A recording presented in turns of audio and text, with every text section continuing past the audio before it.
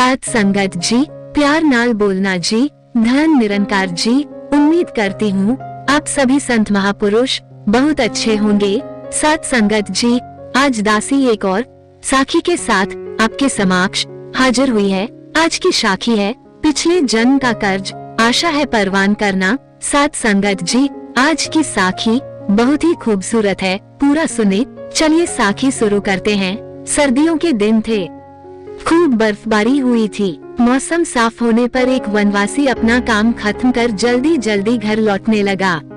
रास्ते में उसने देखा कि एक स्थान पर बर्फ पर कुछ काला काला सा पड़ा हुआ है। वह पास गया तो पाया कि वह एक सांप है जो लगभग मृत्यु अवस्था में है। वनवासी को नाग पर दया आ गई। उसने उसे उठाया और उसे अपने थैले में डाल लिया ताकि उसे कुछ गर्माहट मिल सके। घर पहुंचकर उसने सांप को थैले से निकाला और उसे आग के पास रख दिया। साथ संगत जी, वनवासी काम करने लगा। वनवासी का बच्चा सांप के पास बैठ गया और उसे नजदीक से देखने लगा। आग की गर्मी ने मानो सांप में नए जीवन का संचार कर दिया। साथ संगत जी, नाग कुंडली मारकर फन फैलाए बैठ गया। साथ संगत जी, ये देख बच्चे ने नाग के ऊपर मुट्ठी भर भर कर मिट्टी फेंके जा रहा है।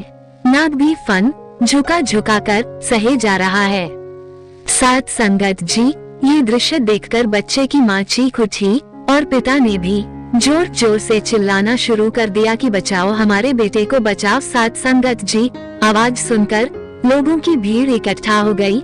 साथ संगत जी, उसी भीड़ में एक निशानेबाज भी था जो सांपों को पकड़ता था। निशानेबाज ने बोला, मैं निशानेबाज हूँ, अगर आप कहें तो मैं निशाना नाग को लगाऊंगा और वो निशाना लगते ही मर ही जाएगा, लेकिन अगर निशाना चूक गया तो बच्चे को भी लग सकता है। इसकी जिम्मेदारी मेरी नहीं होगी। अगर आप लोग कहो तो मैं कोशिश करके देखता हूँ।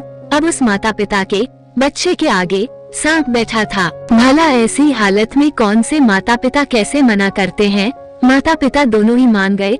बच्चे की माँ ने उस निशानेबाज से बोला, भाई सांप को ही मारने की कोशिश करना, अगर बच्चे को चोट लग गई तो हम तुम्हें कुछ नहीं कहेंगे। साथ संगत जी, उस निशानेबाज के निशाना लगाते ही सांप जख्मी होकर गिर गया।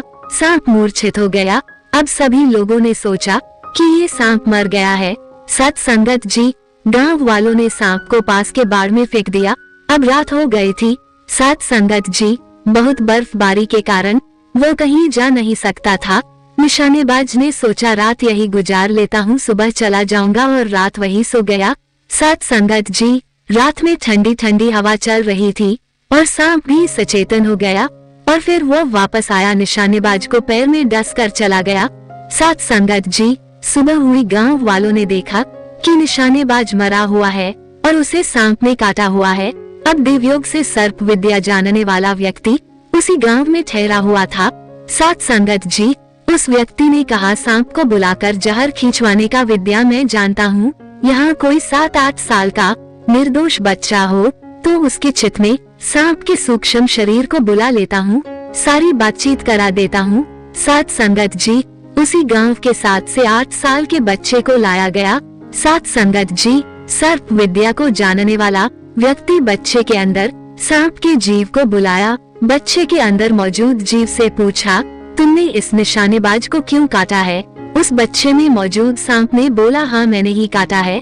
इस बेचारे का क्या दोष था। बच्चे के द्वारा उसके अंदर का जीव बोलने लगा कि मेरा क्या कसूर था।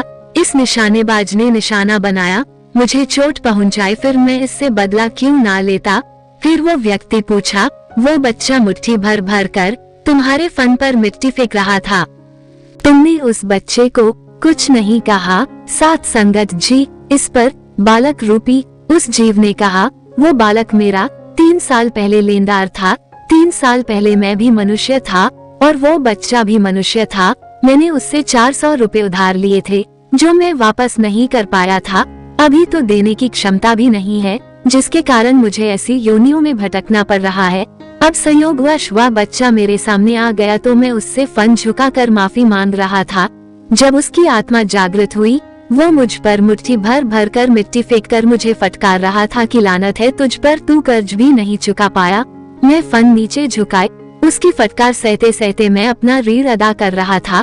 हमारे लेन देन के बीच में आने वाला यह निशानेबाज कौन होता है?